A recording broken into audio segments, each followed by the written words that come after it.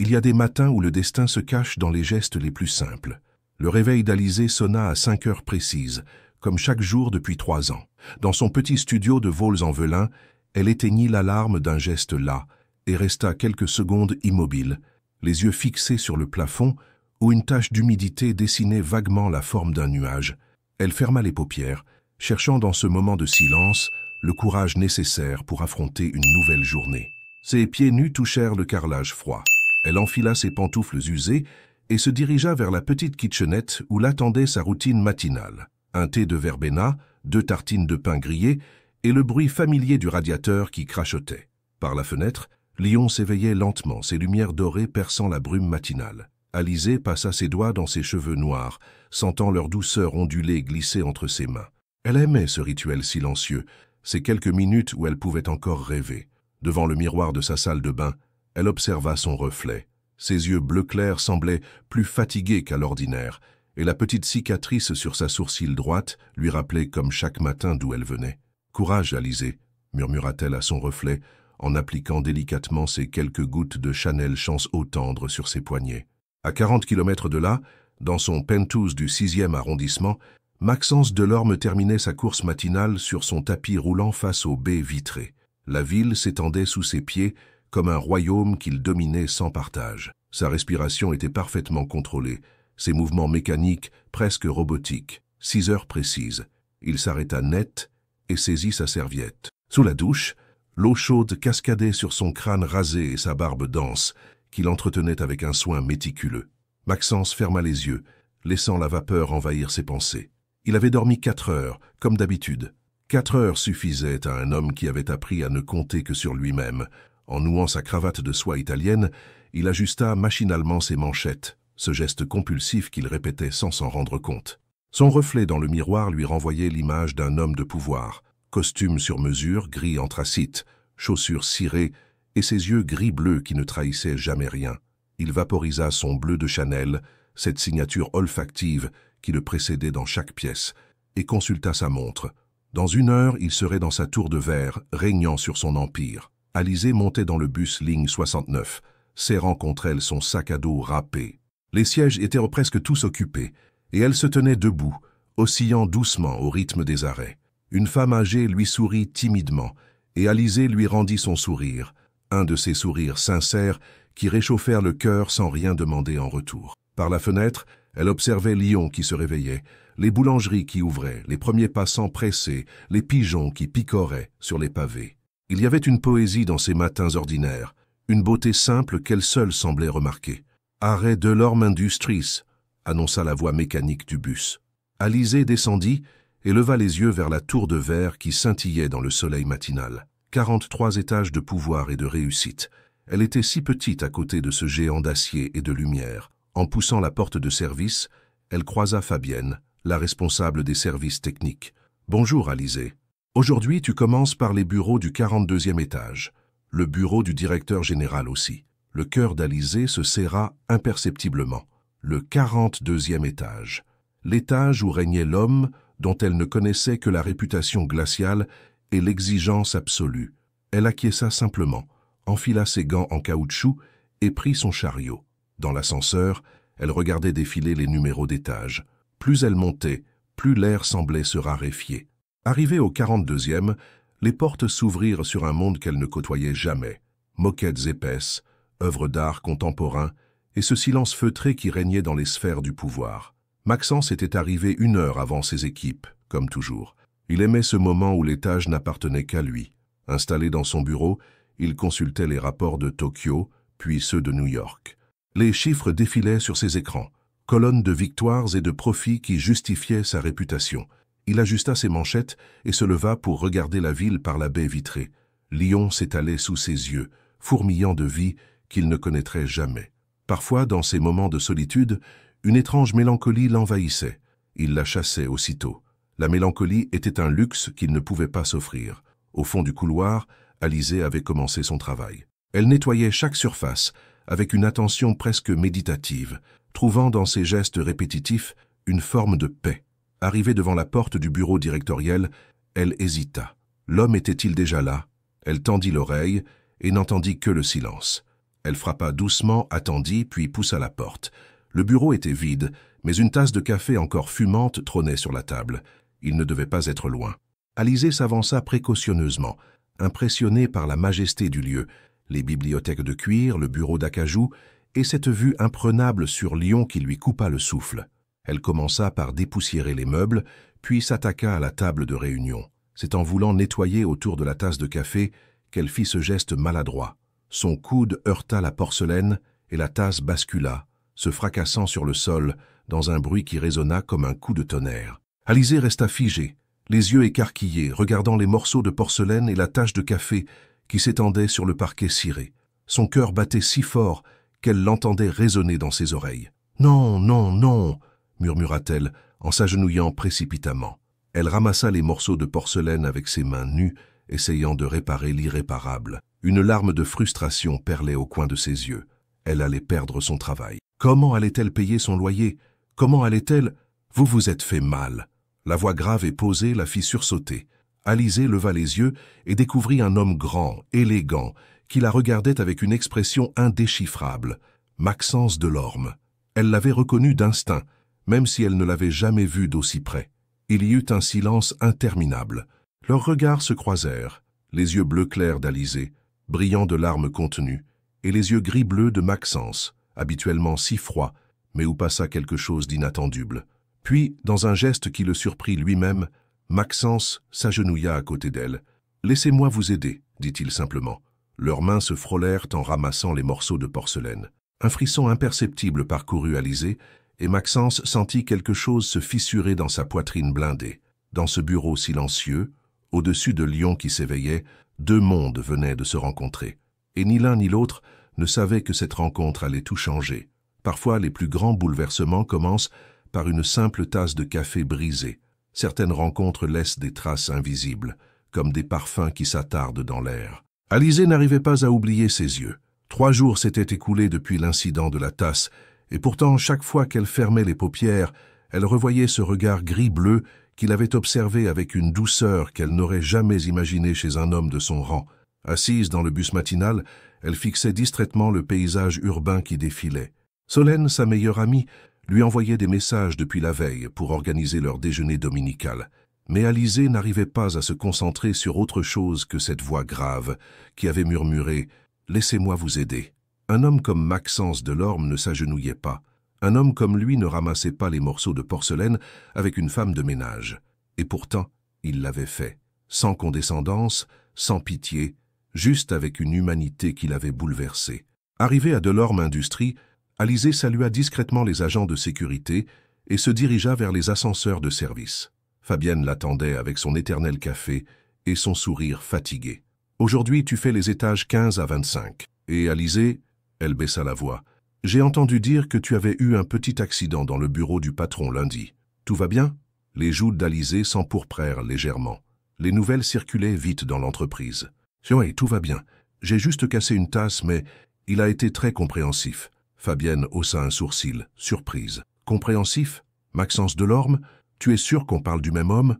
Alizée acquiesça en silence, mais elle-même n'arrivait pas à réconcilier l'homme qu'elle avait rencontré avec la réputation de froideur qui le précédait. Au 42e étage, Maxence était arrivé avec 15 minutes de retard, un fait si inhabituel que sa secrétaire, Vivienne, l'avait regardé avec inquiétude.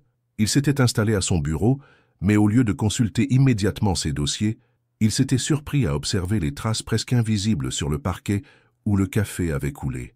Il ajusta ses manchettes, agacé par ses propres pensées. Depuis lundi, il avait du mal à se concentrer. Des détails insignifiants le hantaient, la façon dont elle avait retenu ses larmes, la délicatesse de ses gestes malgré sa panique, et surtout, cette lumière dans ses yeux bleu clair qui contrastait avec sa simplicité. Un coup discret à la porte l'arracha à ses réflexions. « Entrez !» Vivienne passa la tête dans l'entrebâillement. « Monsieur Delorme, votre réunion avec les investisseurs japonais est dans 20 minutes. » Et... qu'elle hésita. « J'ai remarqué que votre tasse habituelle avait disparu. Voulez-vous que j'en commande une nouvelle ?» Maxence la regarda sans répondre immédiatement. Cette tasse était un cadeau de sa mère, des années avant sa mort. Il l'utilisait chaque matin depuis 5 ans. « Non, laissez tomber, j'utiliserai autre chose. » Vivienne acquiesça et referma la porte, laissant Maxence seul avec ses pensées contradictoires. Dans les étages inférieurs, Alizée nettoyait méthodiquement les bureaux vides. Elle aimait ces moments de silence où elle pouvait laisser son esprit vagabonder. En passant devant une fenêtre, elle aperçut Lyon qui s'étendait sous le soleil d'automne. La Saône serpentait entre les bâtiments comme un ruban argenté, et elle se demanda si Maxence Delorme appréciait cette vue ou s'il était trop occupé pour la remarquer. Son téléphone vibra. Un message de Solène. « Ma chérie, tu as l'air bizarre depuis quelques jours. Quelque chose ne va pas. On se voit dimanche et tu me racontes tout. » Alizée sourit malgré elle. Solène avait ce don pour deviner ses états d'âme, même à distance. Comment pourrait-elle lui expliquer qu'elle n'arrivait pas à oublier un homme qu'elle ne reverrait probablement jamais? L'après-midi touchait à sa fin quand l'impensable se produisit. Alizée venait de terminer le nettoyage du 19e étage et attendait l'ascenseur quand les portes s'ouvrirent sur Maxence Delorme. Il était seul, ce qui était inhabituel. D'ordinaire, il était toujours accompagné d'assistants ou de cadres supérieurs. Leurs regards se croisèrent et le temps sembla suspendu. Alizée sentit son cœur s'accélérer, tandis que Maxence éprouvait cette même sensation étrange qui l'avait perturbé toute la semaine. « Bonsoir », dit-il simplement, sa voix plus douce qu'elle ne l'avait jamais été en public. « Bonsoir, monsieur Delorme », répondit Alizée en baissant instinctivement les yeux. L'ascenseur descendait lentement, chaque étage marqué par un silence lourd de non-dit. Maxence observait discrètement le reflet d'Alizée dans les portes métalliques. Elle portait son parfum discret, ce Chanel Chance au tendre qu'il avait remarqué l'autre jour, et ses cheveux noirs ondulaient légèrement sur ses épaules. Au 15e étage, l'ascenseur s'arrêta brusquement. Les lumières vacillèrent, puis s'éteignirent complètement. Dans l'obscurité soudaine, Alizée retint son souffle. Sa phobie des espaces clos commençait à la gagner, et elle sentit sa respiration s'accélérer. « N'ayez pas peur », murmura la voix de Maxence dans le noir. « Ce sont juste les travaux sur le réseau électrique. Cela ne devrait pas durer longtemps. » Mais les minutes s'écoulaient, et l'obscurité persistait. Alizée essayait de contrôler sa panique, ses mains tremblant légèrement. « Vous allez bien ?» demanda Maxence, percevant son trouble. « J'ai un peu peur des espaces fermés, » avoua-t-elle d'une voix faible. Sans réfléchir, Maxence tendit la main dans l'obscurité et trouva la sienne. Ce contact inattendu les électrisa tous les deux. « Respirez lentement, » dit-il doucement. « Pensez à quelque chose d'agréable. Qu'est-ce qui vous rend heureuse ?» Dans le noir protégé par l'anonymat, Alizée se laissa aller à une sincérité qu'elle n'aurait jamais osé autrement. « Les matins d'été à Avignon, quand j'étais petite. Ma grand-mère qui me préparait des tartines avec de la confiture de figues. Et vous ?» Maxence fut surpris par sa propre réponse. « Le piano de ma mère. Elle jouait du Debussy tous les soirs avant de me border. » Ils restèrent ainsi, main dans l'obscurité, partageant des fragments de leur passé comme s'ils se connaissaient depuis toujours. Quand les lumières se rallumèrent enfin, ils se lâchèrent précipitamment, gênés par cette intimité soudaine. L'ascenseur redémarra, et les derniers étages défilèrent en silence. Au rez-de-chaussée, les portes s'ouvrirent. Alizée sortit rapidement, mais se retourna une dernière fois. « Merci », dit-elle simplement. Maxence acquiesça, regardant sa silhouette disparaître dans le hall. Il resta immobile dans l'ascenseur, la main encore imprégnée de la chaleur de la sienne. Ce soir-là, de retour dans son penthouse, il s'installa au piano et joua Clair de lune. Ses doigts trouvaient les notes par cœur, mais pour la première fois depuis des années, il y avait une émotion nouvelle dans sa mélodie. À des kilomètres de là, Alizée préparait son croque-monsieur en repensant à sa voix dans l'obscurité. Elle ne savait pas encore que ce moment dans l'ascenseur était le début de quelque chose qui allait bouleverser leurs deux existences. Parfois, il suffit de quelques minutes dans le noir pour que deux âmes se reconnaissent. Les meilleurs amis ont ce don de voir au-delà des silences. Le petit café de la Croix-Rousse bourgeonnait de conversations dominicales quand Alizée poussa la porte vitrée. L'odeur de café fraîchement moulu et de croissants chauds l'enveloppa immédiatement. Elle aperçut Solène installée à leur table habituelle, près de la fenêtre, ses boucles dorées brillant sous la lumière d'automne. « Ma chérie !» s'exclama Solène, en se levant pour l'embrasser, son parfum Flower Bomb créant un nuage sucré autour d'elle. « Tu as une mine fatiguée. Raconte-moi tout. » Alizée s'installa face à son amie, commandant son thé de verbena habituel. Solène portait une robe colorée aux motifs floraux, si différente de sa propre tenue sobre, jean délavé et pull en coton beige. « Il ne s'est rien passé de spécial », mentit Alizée en évitant le regard perçant de son amie. Solène pencha la tête, ses yeux vifs scrutant le visage d'Alizée. Fille d'immigrés tunisiens, Elle avait grandi dans les quartiers populaires et développé une intuition redoutable pour détecter les non-dits. Alizé Marchand, on se connaît depuis 10 ans. Tu as ce petit pli au coin des yeux qui apparaît quand tu réfléchis trop. Alors qu'est-ce qui te tracasse? Alizé soupira, remuant distraitement son thé. Comment expliquer l'inexplicable? Comment raconter qu'elle pensait sans cesse à un homme qu'elle ne connaissait pas vraiment?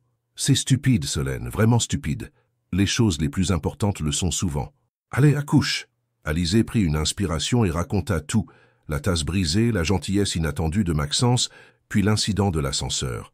Elle omit volontairement ses sentiments naissants, mais Solène n'était pas dupe. « Attends, tu me parles de Maxence Delorme, le PDG glacial dont parlent tous les journaux, celui qui n'a jamais de relations publiques et qui fait trembler ses employés? Il n'est pas comme ça, protesta Alizé avec une véhémence qui surprit Solène. Enfin, je veux dire, il a été très humain avec moi. Solène écarquilla les yeux, puis un sourire malicieux éclaira son visage. « Mon Dieu, Alizé, tu craques pour lui. N'importe quoi. » Alizé sentit ses joues s'enflammer. « C'est juste, il y a eu ces moments où j'ai vu autre chose en lui. » Ces moments? Solène se pencha vers elle, passionnée. « Ma chérie, tu réalises qu'on parle d'un milliardaire, un homme qui vit dans un monde complètement différent du nôtre? Tu crois que je ne le sais pas ?» Alizé baissa la voix. « C'est exactement pour ça que c'est stupide. Des gens comme lui ne remarquent pas des gens comme moi. Détrompe-toi, dit doucement Solène en prenant la main de son amie. Tu es magnifique, généreuse, intelligente. N'importe quel homme serait chanceux de te connaître, même un PDG arrogant. » Un silence confortable s'installa entre elles. Solène observait son amie avec tendresse et inquiétude. Alizé avait toujours eu tendance à se dévaloriser, séquelle d'une enfance difficile où elle avait appris à se faire toute petite. « Et si... » commença Alizé hésitante. « Et s'il ressentait quelque chose aussi? Alors il faudrait qu'il le prouve, » répondit fermement Solène. « Les hommes puissants ont l'habitude de prendre ce qu'ils veulent, sans réfléchir aux conséquences. Toi, tu mérites quelqu'un qui t'aime vraiment, qui assume ses sentiments. » Pendant ce temps, dans son penthouse, Maxence faisait les 100 pas devant ses baies vitrées. Il avait annulé son jogging matinal et reporté 2 rendez-vous professionnels. Depuis l'épisode de l'ascenseur, il n'arrivait plus à se concentrer. Il se versa un verre de Bordeaux et s'installa dans son fauteuil de cuir. Ses doigts tapotaient nerveusement sur la coudoir, un tic qu'il développait quand quelque chose le perturbait profondément. Qu'est-ce qui lui arrivait? Il avait construit sa vie entière sur le contrôle et la distance émotionnelle. Après le scandale qui avait failli détruire sa carrière, il s'était juré de ne plus jamais mélanger sentiments et travail. Cette règle qu'il avait imposée dans son entreprise, il l'avait d'abord imposée à lui-même. Et voilà qu'une femme de ménage aux yeux bleus clairs faisait vaciller toutes ses certitudes. Il repensa à sa main dans la sienne, à la vulnérabilité de sa voix dans l'obscurité. Pour la première fois depuis des années, il avait eu envie de protéger quelqu'un, de la rassurer, d'être simplement humain. Son téléphone sonna, l'arrachant à ses pensées. Sa mère adoptive, Isabelle. « Maxence, mon chéri, comment vas-tu? Tu as l'air distrait ces derniers temps. »« Tout va bien, Isabelle. Juste beaucoup de travail. Tu sais que tu peux me parler, n'est-ce pas? Depuis que tes parents sont morts, je me fais du souci pour toi. Tu t'isoles trop. » Maxence ferma les yeux. Isabelle avait raison. Mais comment lui expliquer qu'il pensait à une femme dont il ne connaissait même pas le nom de famille? De retour chez elle, Alizé relisait un vieux roman de George Sand en buvant son thé du soir. Mais les mots dansaient devant ses yeux sans qu'elle parvienne à se concentrer. Elle ferma le livre et alla s'installer près de sa fenêtre. Lyon scintillait dans la nuit. Et quelque part dans cette ville, Maxence Delorme pensait-il à elle aussi? « Arrête de rêver, Alizé, » murmura-t-elle à son reflet dans la vitre. Mais au fond de son cœur, une petite flamme d'espoir refusait de s'éteindre. Certains dimanches changent le cours d'une vie, même quand on ne s'y attend pas. Parfois, l'univers conspire à rapprocher 2 âmes qui tentent de s'éviter.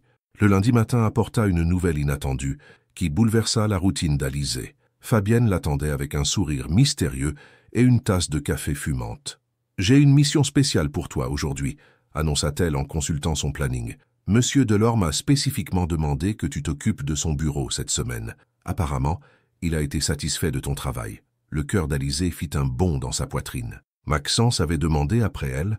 Elle essaya de garder une expression neutre, mais ses joues la trahirent en rosissant légèrement. « Il a dit pourquoi ?»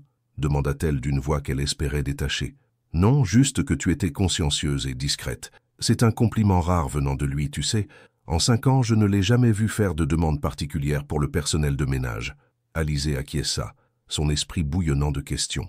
Était-ce vraiment professionnel, ou y avait-il autre chose?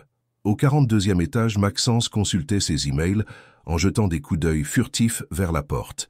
Il avait passé le week-end à élaborer des excuses professionnelles pour justifier sa demande auprès de Fabienne. Ponctualité, discrétion, efficacité, autant de mots qu'il avait utilisés pour masquer la véritable raison. Il voulait la revoir. À 10 heures précises, 3 coups discrets résonnèrent à sa porte. « Entrez !» Alizée apparut, son chariot à la main. Plus nerveuse qu'elle ne voulait l'admettre, elle portait son jean habituel et un pull en coton bleu clair qui faisait ressortir ses yeux. Son parfum discret flotta dans l'air, et Maxence dut faire un effort pour ne pas lever les yeux de son écran. « Bonjour, monsieur Delorme », murmura-t-elle. « Bonjour, Alizée. » Il avait prononcé son prénom. Cette simple familiarité la troubla plus qu'elle ne l'aurait cru possible. Elle commença son travail en silence, hyper consciente de sa présence. Maxence, de son côté, faisait semblant de lire un rapport tout en l'observant discrètement.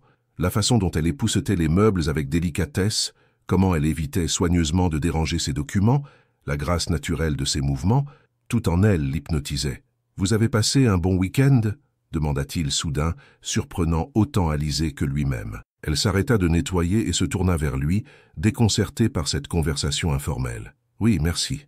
Et vous ? Tranquille. J'ai joué du piano. » Comme quand vous étiez petit?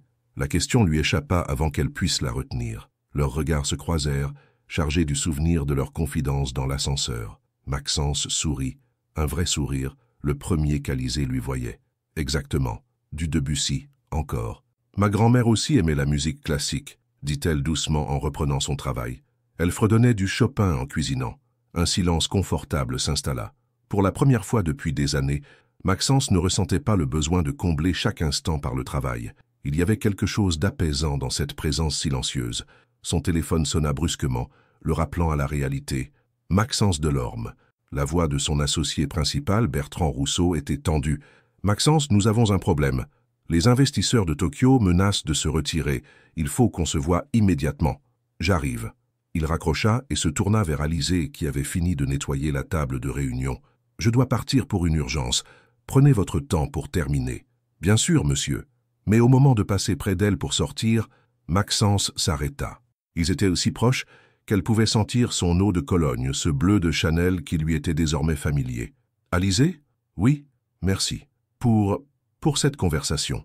Cela faisait longtemps que je n'avais pas parlé de ma mère. » Avant qu'elle puisse répondre, il était parti, la laissant seule avec son cœur qui battait la chamade.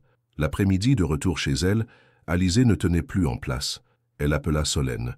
Il m'a demandé spécifiquement pour nettoyer son bureau, et on a parlé de musique, de sa mère. Solène, je crois qu'il y a vraiment quelque chose. Au bout du fil, son ami soupira. Ma chérie, fais attention. Les hommes puissants savent être charmants quand ils le veulent. Ne te fais pas trop d'illusions. Mais tu n'étais pas là.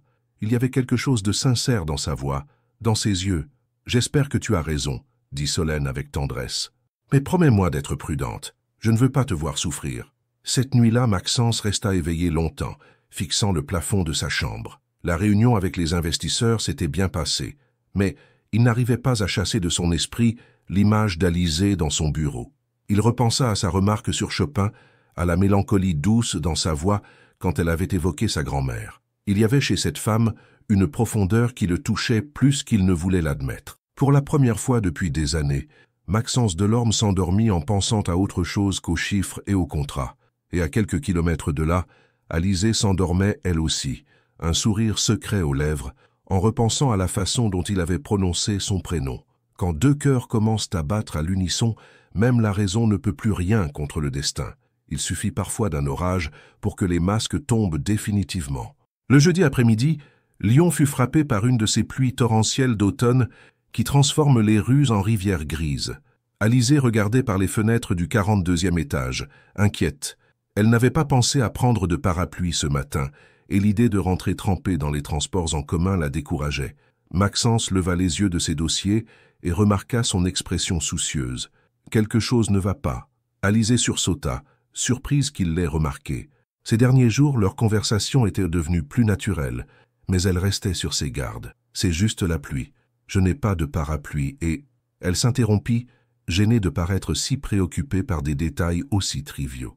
Maxence consulta sa montre. 18 heures passées. Les bureaux se vidaient progressivement. « À quelle heure finissez-vous » ? « Dans une demi-heure environ. » Il ajusta ses manchettes, ce geste devenu familier quand il prenait une décision importante. « J'ai une réunion qui se termine tard ce soir. Si vous voulez, vous pouvez attendre que la pluie se calme. Il y a une bibliothèque au 38e étage. Elle est rarement utilisée le soir. » Alizé le regarda étonné par cette proposition. « Vous êtes sûr que cela ne pose pas de problème ?»« Aucun. Les agents de sécurité sont prévenus que je travaille tard. » Une heure plus tard, Alizé se retrouvait dans la bibliothèque de l'entreprise. L'endroit était magnifique, de hautes étagères en chêne, des fauteuils en cuir vieillis et cette odeur particulière des livres anciens qui lui rappelait la petite librairie d'Avignon où elle se réfugiait enfant. Elle choisit un roman de Colette et s'installa près de la fenêtre. La pluie tambourinait contre les vitres, créant une atmosphère feutrée et intime. Pour la première fois depuis longtemps, elle se sentait paisible. Au 42e étage, Maxence avait du mal à se concentrer sur sa réunion en visioconférence avec New York. Il pensait à Alizé en bas, seul dans la bibliothèque, et cette image le troublait plus qu'il ne voulait l'admettre. « Maxence, vous nous suivez ?» La voix de son collaborateur américain le ramena brutalement à la réalité. « Excusez-moi, répétez la question. » À 20 heures, enfin libéré de ses obligations, Maxence descendit au 38e étage. Il trouva Alizé endormie dans son fauteuil, le livre ouvert sur ses genoux. La lumière douce de la lampe de lecture caressait son visage paisible, et ses cheveux noirs encadraient délicatement ses traits. Il resta immobile, saisi par cette vision d'innocence et de beauté simple. Quand avait-il cessé de remarquer ce genre de beauté? Quand était-il devenu si aveugle aux choses essentielles? Alizé ouvrit lentement les yeux et le découvrit qui l'observait. Un instant de gêne passa entre eux. « Pardon, je me suis assoupie, » murmura-t-elle en refermant le livre. « Ne vous excusez pas, vous aviez l'air si paisible. » Il s'assit dans le fauteuil face à elle, abandonnant pour une fois son attitude formelle. « La pluie continue » demanda-t-elle. « Non, elle s'est arrêtée, mais... » Il hésita. « Aimeriez-vous que je vous raccompagne? J'ai ma voiture au parking souterrain. » Alizé écarquilla les yeux. « Vous voulez me raccompagner? Si cela ne vous dérange pas. » Dans l'ascenseur qui descendait vers le parking, un silence électrique régnait. Alizé n'arrivait pas à croire qu'elle allait monter dans la voiture de Maxence Delorme. Lui-même se demandait ce qui lui prenait de proposer une chose pareille. La Mercedes noire était exactement ce qu'elle avait imaginé. Luxueuse mais sobre, à l'image de son propriétaire. L'habitacle sentait le cuir fin et son eau de Cologne. « Où habitez-vous » demanda-t-il en démarrant. « Vaux-en-Velin. Mais vous pouvez me déposer à une station de métro, je ne voudrais pas... » « Alizé, » l'interrompit-il doucement. « Donnez-moi votre adresse. » Le trajet se déroula dans un silence confortable. Lyon défilait derrière les vitres, scintillante après la pluie. Alizé observait discrètement le profil de Maxence, la façon concentrée dont il conduisait, ses mains fermes sur le volant. « Vous écoutez quoi comme musique » demanda-t-elle soudain. Il sourit, surpris par la question. « En voiture ?»« Du jazz, généralement. Miles Davis, John Coltrane, et vous ?» Tout et n'importe quoi, Edith Piaf, Jacques Brel, mais aussi des choses plus récentes. J'aime les paroles qui racontent des histoires. Il enclencha la radio. La voix suave de Norah Jones emplit l'habitacle, créant une intimité inattendue. Arrivés devant l'immeuble modeste d'Alizé, ils restèrent un moment silencieux. La différence entre leurs mondes n'avait jamais été aussi évidente, et pourtant, dans cette voiture, ces différences semblaient s'estomper. « Merci, » dit-elle en défaisant sa ceinture, « pour la bibliothèque, pour le trajet, pour tout. » Sans réaliser, elle se tourna vers lui et leurs visages se retrouvèrent à quelques centimètres l'un de l'autre. Le temps sembla suspendu. « Oui, Il s'interrompit, réalisant soudain la proximité dangereuse de leurs lèvres. « Passez une bonne soirée. » Elle descendit de la voiture, le cœur battant. Depuis sa fenêtre, elle regarda la Mercedes disparaître dans la nuit. Maxence rentra chez lui profondément troublé. Dans l'ascenseur de son immeuble huppé, il pensait encore à ce moment où ils avaient failli... Quoi? S'embrasser. Cette nuit-là, ni l'un ni l'autre ne trouva le sommeil facilement. Quelque chose venait de changer entre eux, et ils le savaient tous les deux. Certains trajets ne mènent pas seulement d'un point A à un point B, mais vers un territoire inconnu du cœur. Il y a des vendredis qui changent le cours d'une existence. Le lendemain matin, l'atmosphère dans l'entreprise semblait différente. Alizé montait au 42e étage avec une nervosité nouvelle, repensant sans cesse à ce moment suspendu dans la voiture. Allait-il faire semblant que rien ne s'était passé? Allait-elle retrouver le PDG distant et froid? En poussant la porte du bureau, elle découvrit Maxence debout près de la fenêtre, une tasse de café à la main.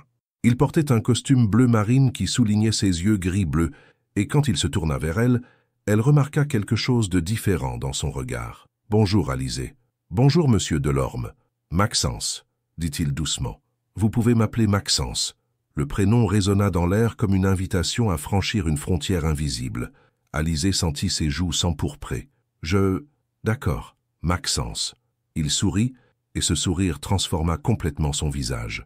L'homme d'affaires implacable laissait place à quelqu'un de plus vulnérable, de plus humain. « J'ai quelque chose pour vous, » dit-il en se dirigeant vers son bureau. Il prit un petit paquet élégamment emballé et le lui tendit. Alizée le regarda, incrédule. « Qu'est-ce que c'est ?»« Un cadeau, pour vous remercier de ces conversations. Cela faisait longtemps que je n'avais pas eu de vraie discussion avec quelqu'un. » Alizée défit délicatement l'emballage et découvrit une édition ancienne des Lettres de Madame de Sévigné. Le livre était magnifique, relié en cuir rouge avec des dorures délicates. « Maxence, je ne peux pas accepter. C'est trop précieux. »« Si, vous pouvez. » Sa voix était ferme mais douce. « Hier, quand je vous ai vu endormi avec ce livre de Colette, j'ai compris que nous partagions quelque chose. L'amour des mots, des belles histoires. » Alizée caressa la couverture du livre, émue aux larmes. Personne ne lui avait jamais offert quelque chose d'aussi thoughtful, d'aussi personnel. « Merci, » murmura-t-elle. « Vraiment. » Leurs regards se croisèrent, et l'air sembla s'électrifier. Maxence fit un pas vers elle, puis s'arrêta, comme s'il réalisait soudain où il était, qui il était. « J'ai des réunions toute la journée, » dit-il, brisant le charme. « Prenez votre temps pour terminer. » Mais au lieu de partir, il resta là, les yeux fixés sur elle. Alizée posa le livre sur la table et s'approcha lentement. « Maxence, tout va bien ?»« Non, » avoua-t-il dans un souffle. « Rien ne va. Depuis une semaine, je ne pense qu'à vous. Je ne dors plus, je n'arrive plus à me concentrer. Vous avez chamboulé tout ce que j'avais construit. » Alizée sentit son cœur exploser dans sa poitrine. « Moi aussi, » chuchota-t-elle. « Moi aussi, je pense à vous. » Ils étaient maintenant si proches qu'elle pouvait voir les paillettes dorées dans ses yeux gris-bleus, sentir la chaleur qui émanait de lui. « C'est de la folie, » murmura Maxence. « Je ne peux pas, nous ne pouvons pas. »« Pourquoi ?» demanda Alizée, trouvant soudain un courage qu'elle ne se connaissait pas. « Parce que je suis femme de ménage et vous, PDG? Parce que vos règles l'interdisent ?»« Mes règles ?» Il eut un rire amer. « Mes règles existent pour une raison.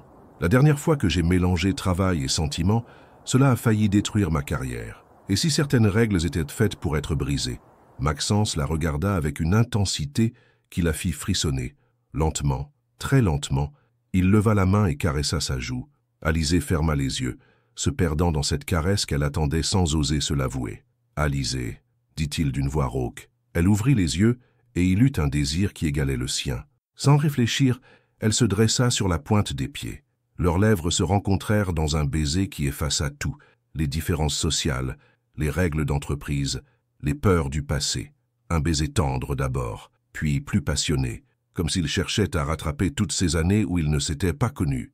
Quand ils se séparèrent, haletant, Maxence posa son front contre le sien. « Mon Dieu, qu'est-ce qu'on fait ?» murmura-t-il. « On vit, » répondit Alizée avec un sourire tremblant. « Pour une fois, on vit vraiment. » Mais à cet instant précis, la porte du bureau s'ouvrit. Vivienne, la secrétaire, entra avec un dossier et s'immobilisa, les yeux écarquillés devant la scène. Maxence et Alizée se séparèrent précipitamment, mais c'était trop tard. Vivienne avait tout vu. « Excusez-moi » balbutia-t-elle avant de ressortir précipitamment. Dans le silence qui suivit, Alizée et Maxence se regardèrent, comprenant qu'ils venaient de franchir une ligne qui changerait tout. Le secret qu'ils n'avaient même pas encore eu le temps de savourer venait d'être découvert. Il y a des baisers qui brisent toutes les règles et d'autres qui les transforment en poussière. Quand les murs ont des oreilles, même les secrets les mieux gardés finissent par s'échapper. Le lundi suivant arriva comme un coup de massue. Alizée remarqua immédiatement que quelque chose avait changé dans l'atmosphère de l'entreprise. Les conversations s'arrêtaient sur son passage, les regards la suivaient avec une curiosité malsaine, et certains collègues chuchotaient dans son dos. Fabienne l'accueillit avec un visage inhabituel, un mélange d'embarras et d'inquiétude. « Alizée, il faut qu'on parle, » dit-elle en l'emmenant à l'écart. « Il y a des rumeurs qui circulent, sur toi et Monsieur Delorme. » Le sang d'Alizée se glaça. « Quelle rumeur ?» Vivienne a parlé, elle dit qu'elle vous a vu ensemble, de façon intime. Fabienne baissa la voix. « Écoute, Je ne juge personne, mais tu te rends compte dans quoi tu t'embarques? Un homme comme lui... Alizée sentit sa gorge se serrer. Ce ne sont que des commérages, Fabienne. Peut-être, mais les commérages peuvent détruire une carrière, la sienne comme la tienne. Sois prudente, ma petite. Au 42e étage, Maxence faisait face à une situation similaire mais plus brutale. Bertrand Rousseau, son associé principal, était assis dans son bureau, le visage fermé. « Maxence, on a un problème. » Bertrand posa une tablette sur le bureau. « Regarde ça. » L'écran affichait un forum interne de l'entreprise où les employés discutaient anonymement. Le titre du fil de discussion fit frémir Maxence. Le PDG et sa femme de ménage, le nouveau scandale Delorme, les commentaires étaient venimeux. Encore un Delorme qui ne sait pas garder sa braguette fermée. La petite a trouvé le moyen de grimper l'échelle sociale. Après le scandale de son père, il remet ça. « Tu te souviens de ce qui est arrivé il y a 6 ans ?» continua Bertrand impitoyablement. « L'affaire avec cette journaliste, l'entreprise a failli couler. Tu as créé ces règles toi-même pour éviter que ça se reproduise. » Maxence ajusta machinalement ses manchettes, signe de son trouble profond. Ce ne sont que des rumeurs non fondées. Fondées ou pas, elles existent. Les investisseurs japonais appellent déjà pour demander des explications. La bourse réagit. Il faut que tu gères ça, et vite. Pendant ce temps, aux étages inférieurs, Alizée subissait le poids des regards et des murmures. Martin, un agent de sécurité qu'elle côtoyait depuis 3 ans, s'approcha d'elle avec un sourire narquois. « Alors, Alizée, il paraît que tu as trouvé une méthode originale pour négocier ton augmentation. Laisse-moi tranquille, Martin. »« Oh, ne fais pas la fière. On sait tous comment les femmes comme toi arrivent à leur fin. » Les larmes montèrent aux yeux d'Alizée. Ces gens qu'elle saluait chaque matin avec un sourire sincère la regardaient maintenant comme une opportuniste, une croqueuse de diamants. Elle s'échappa vers les toilettes pour reprendre contenance. Devant le miroir, elle observa son reflet. Même visage simple, même vêtements modestes, même parfum discret. Qu'est-ce qui avait changé? Pourquoi se sentait-elle soudain comme une intruse dans sa propre vie? Son téléphone vibra.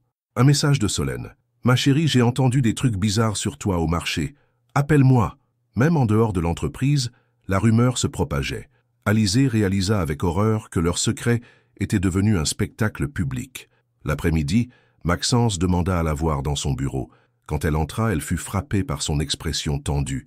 Il évitait son regard, et cette distance soudaine lui fit plus mal qu'elle ne l'aurait cru possible. « Alizée, nous devons parler. »« Je le sais, dit-elle doucement. Les rumeurs, ce ne sont plus des rumeurs. C'est devenu un problème professionnel majeur. » Sa voix était redevenue froide, professionnelle. « Je dois faire passer l'entreprise avant tout. Tu le comprends ?» Alizée sentit son cœur se briser. « Qu'est-ce que tu es en train de me dire? Que nous devons oublier ce qui s'est passé? Que c'était une erreur? » « Une erreur ?» Elle le regarda, incrédule. « Ce baiser était une erreur? Ces moments où nous nous sommes parlé vraiment étaient des erreurs ?»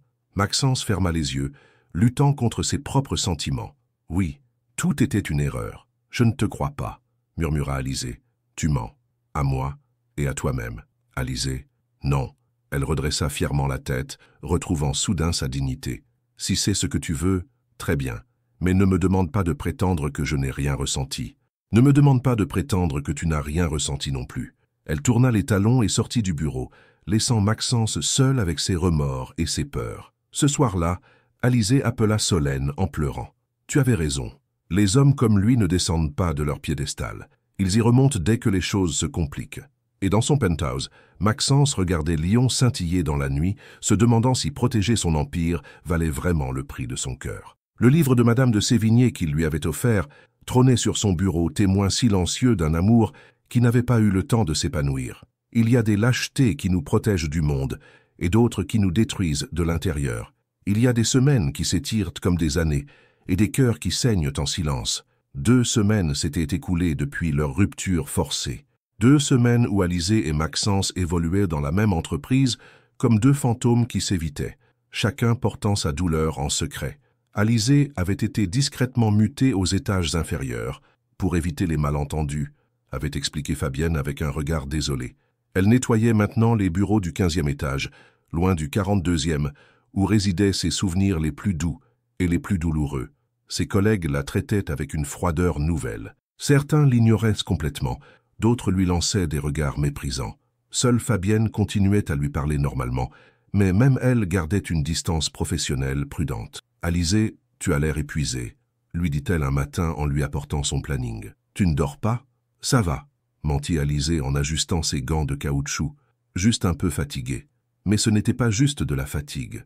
C'était un vide immense, un manque qui la rongeait de l'intérieur. Chaque matin, en passant devant les ascenseurs qui menaient au 42e étage, elle sentait son cœur se serrer. Chaque soir, en rentrant chez elle, elle repensait à sa voix qui murmurait son prénom, à ses yeux gris-bleus qui s'étaient adoucis pour elle.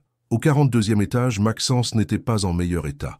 Vivienne remarquait qu'il travaillait encore plus tard qu'avant, si c'était possible. Il enchaînait les réunions, les conférences téléphoniques, les dossiers, comme s'il cherchait à noyer sa douleur dans le travail. « Monsieur Delorme, osa-t-elle un après-midi, voulez-vous que je demande à quelqu'un d'autre de s'occuper du nettoyage de votre bureau? La nouvelle femme de ménage n'est pas très attentionnée. » Maxence leva les yeux de ses documents. Depuis qu'Alizée ne venait plus, son bureau avait perdu quelque chose d'indéfinissable. Les meubles étaient propres, mais sans cette délicatesse particulière qu'elle y apportait. L'atmosphère était redevenue froide, impersonnelle. « Non, laissez comme ça, » répondit-il sèchement. En réalité, il avait refusé qu'on lui assigne une remplaçante permanente. Il ne supportait pas l'idée qu'une autre personne touche les objets qu'elle avait manipulés avec tant de soin. Le soir, dans son penthouse, il s'installait au piano et jouait du Debussy. Mais même Clair de Lune avait perdu sa magie. Les notes résonnaient creux, comme si la mélodie elle-même pleurait l'absence d'Alizée. Le livre de Madame de Sévigné qu'il lui avait offert était resté sur son bureau.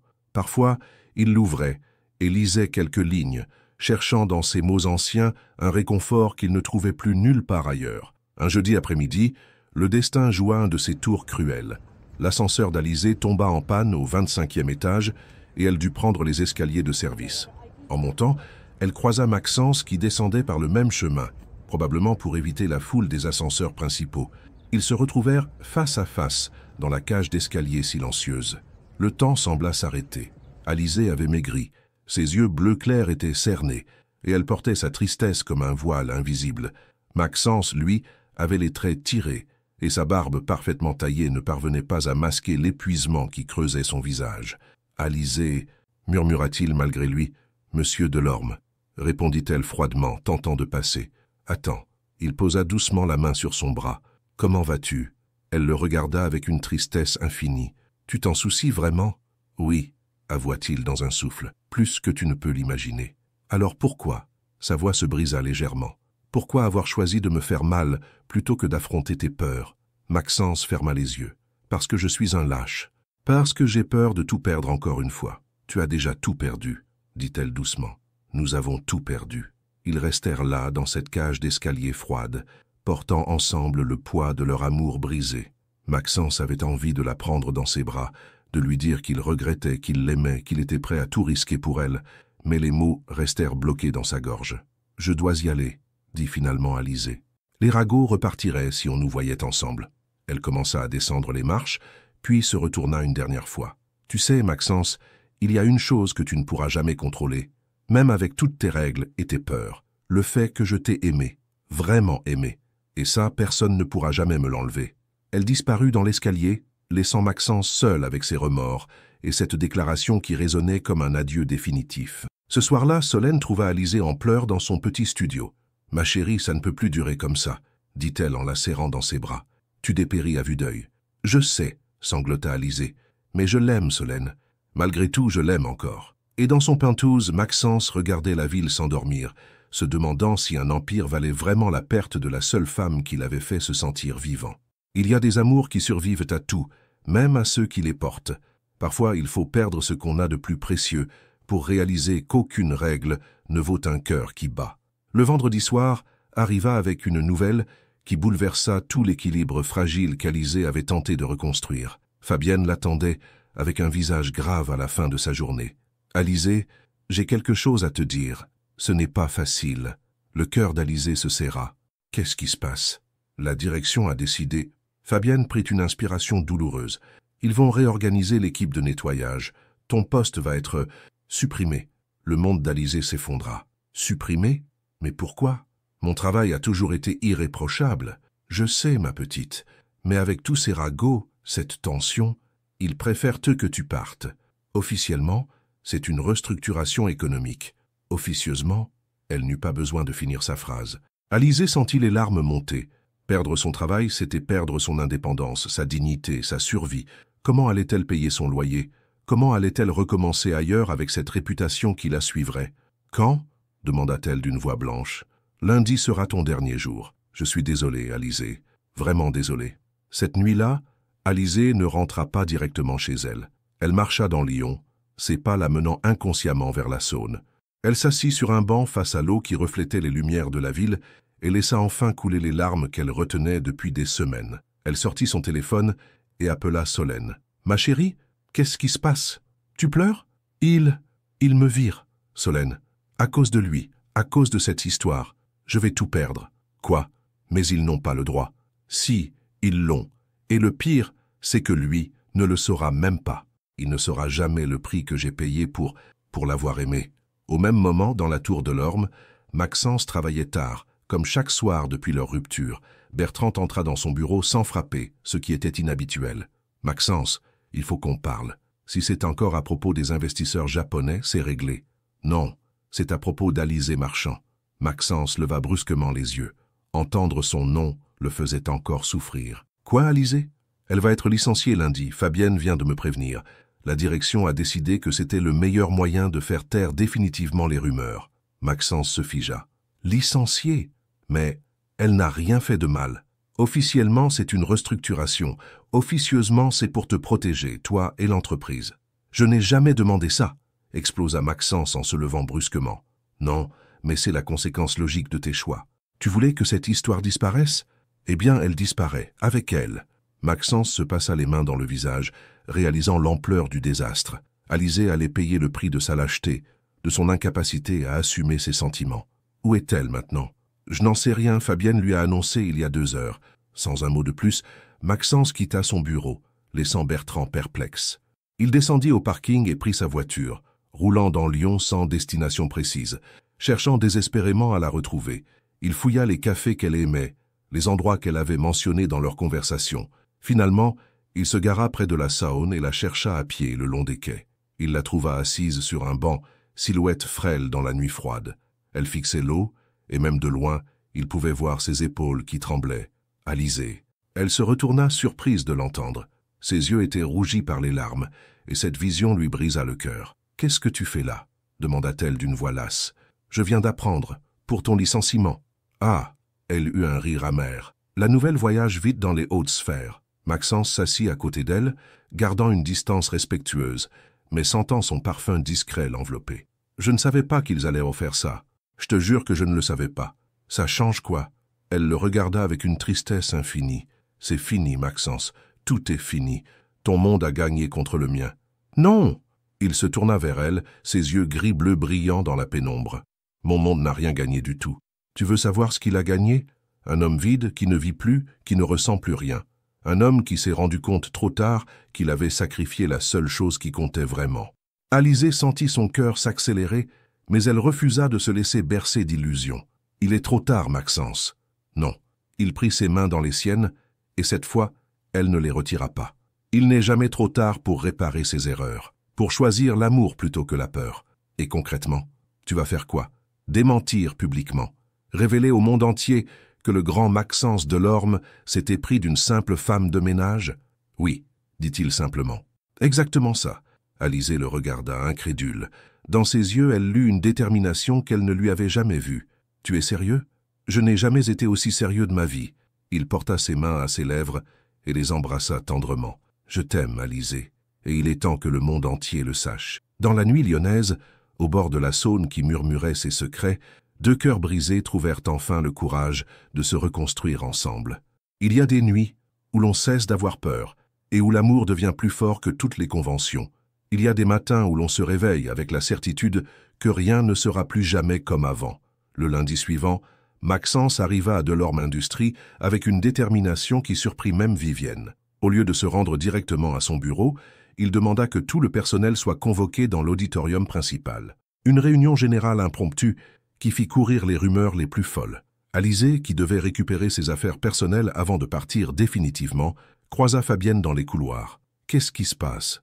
demanda-t-elle en voyant l'agitation inhabituelle. « Je n'en sais rien. Monsieur Delorme a demandé une assemblée générale. Tous les employés. sans exception.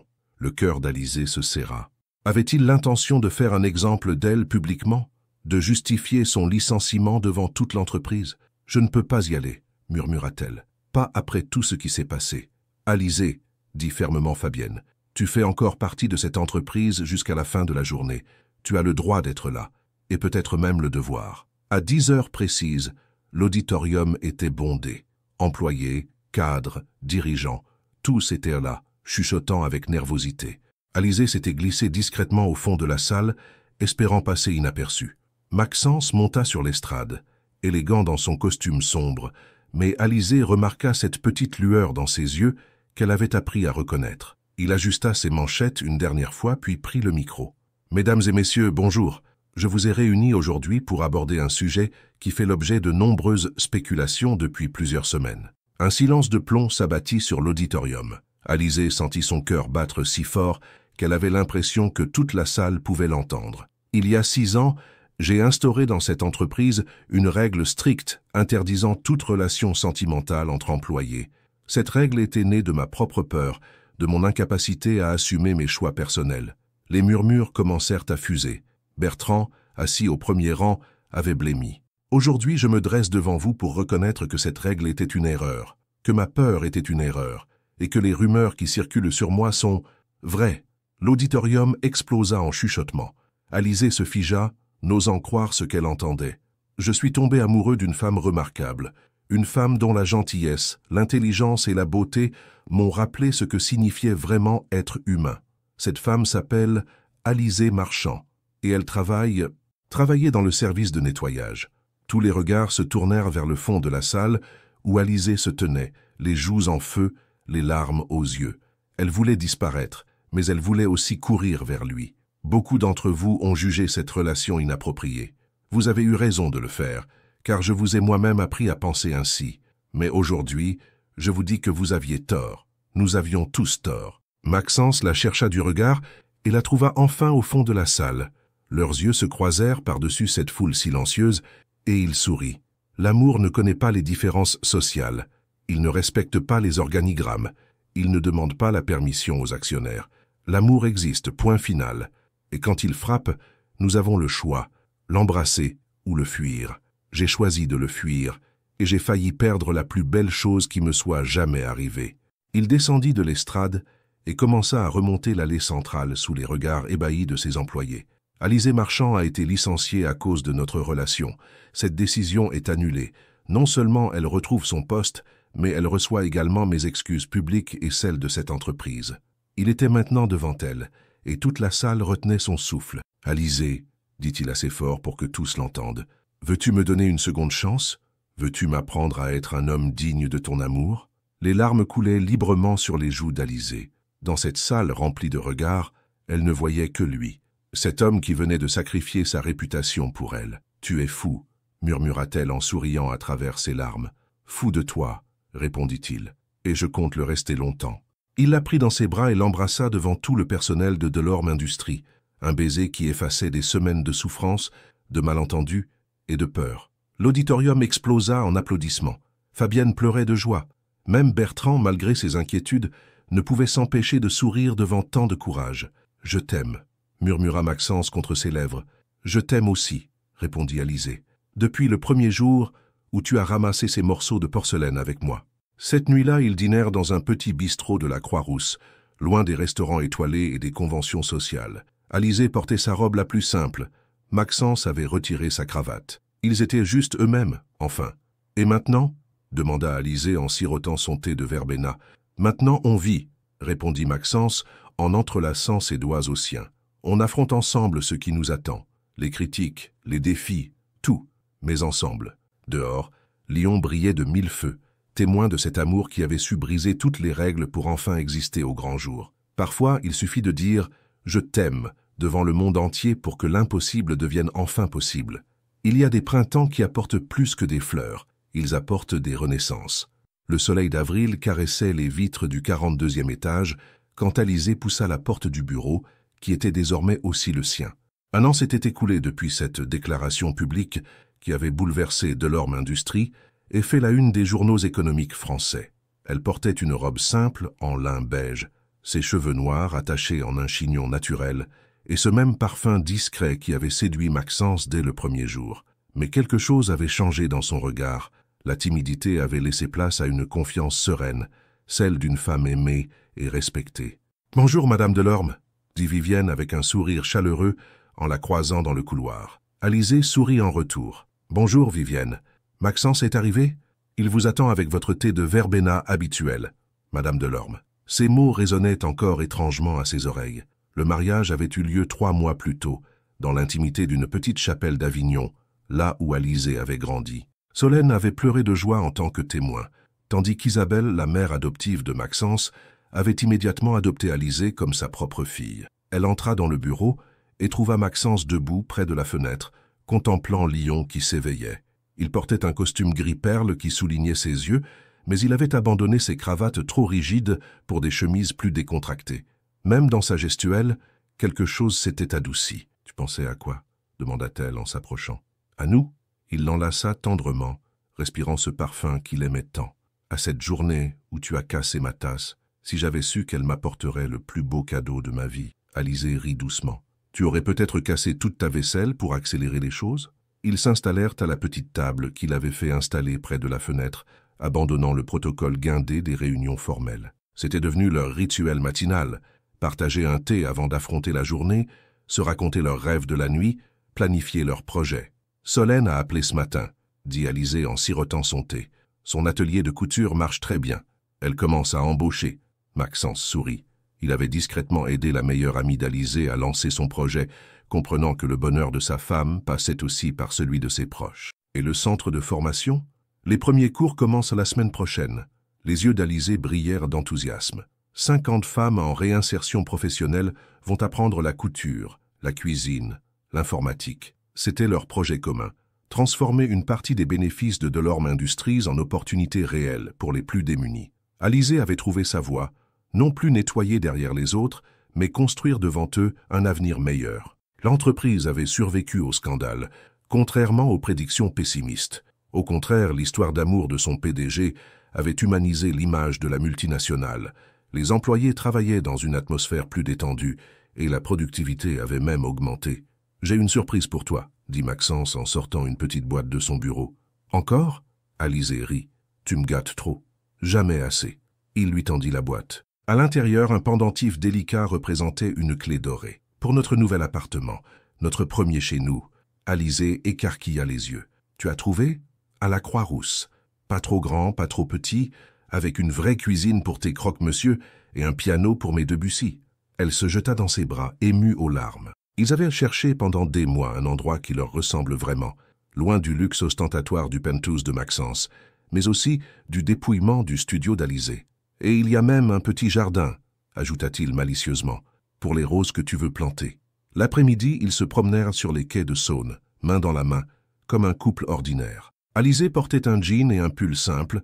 Maxence avait troqué son costume contre une chemise et un pantalon décontracté. Plus personne ne se retournait sur leur passage. Leur histoire était devenue normale, acceptée. « Tu regrettes parfois ?» demanda Alizée en s'arrêtant à l'endroit exact où il l'avait retrouvée cette nuit décisive. « Regretter quoi? D'avoir trouvé le bonheur? D'avoir appris à vivre vraiment ?» Il caressa sa joue. « La seule chose que je regrette, c'est d'avoir failli te perdre par lâcheté. Mais tu ne m'as pas perdu. Non. » Il l'embrassa tendrement. « Et je ne te perdrai jamais. » Le soir venu, dans leur nouveau chez eux encore à moitié vide, Maxence s'installa au piano. Ses doigts trouvèrent naturellement les notes de clair de lune, mais cette fois, la mélodie était différente, plus douce, plus vivante, habitée par un bonheur simple. Alizée cousait près de la fenêtre, préparant des vêtements pour les femmes de son centre de formation. De temps en temps, elle levait les yeux vers lui et souriait. Ces moments de paix partagés valaient tous les empires du monde. « Alizée » appela-t-il doucement. « Merci. Pourquoi ? Pour avoir cassé cette tasse, pour avoir eu peur dans l'ascenseur, pour m'avoir montré que les plus belles règles sont celles qu'écrit le cœur. » Elle posa sa couture et vint s'asseoir près de lui sur le banc du piano. Ensemble, ils regardèrent Lyon scintiller dans la nuit, cette ville qui avait été témoin de leur rencontre, de leurs doutes, de leurs souffrances, et maintenant de leur bonheur. « Tu sais, » murmura Alizée en posant sa tête sur son épaule, « je crois qu'on a trouvé la plus belle des règles, celle qui dit que l'amour n'en a aucune. Maxence sourit et reprit sa mélodie. Dans ce petit appartement de la Croix-Rousse, loin des tours de verre et des protocoles, deux cœurs battaient enfin à l'unisson, libres de toutes les règles, sauf de celles qui comptaient vraiment. S'aimer, tout simplement. Question pour nos spectateurs. Et vous, auriez-vous eu le courage de tout risquer pour l'amour? Avez-vous déjà brisé les règles de votre cœur pour quelqu'un qui en valait la peine? Votre participation au canal est très importante, s'il vous plaît. Laissez votre opinion dans les commentaires. Merci d'avoir regardé. Vos réactions sont très importantes pour notre travail. Laissez-nous un commentaire pour nous dire ce que vous pensez et d'où vous regardez.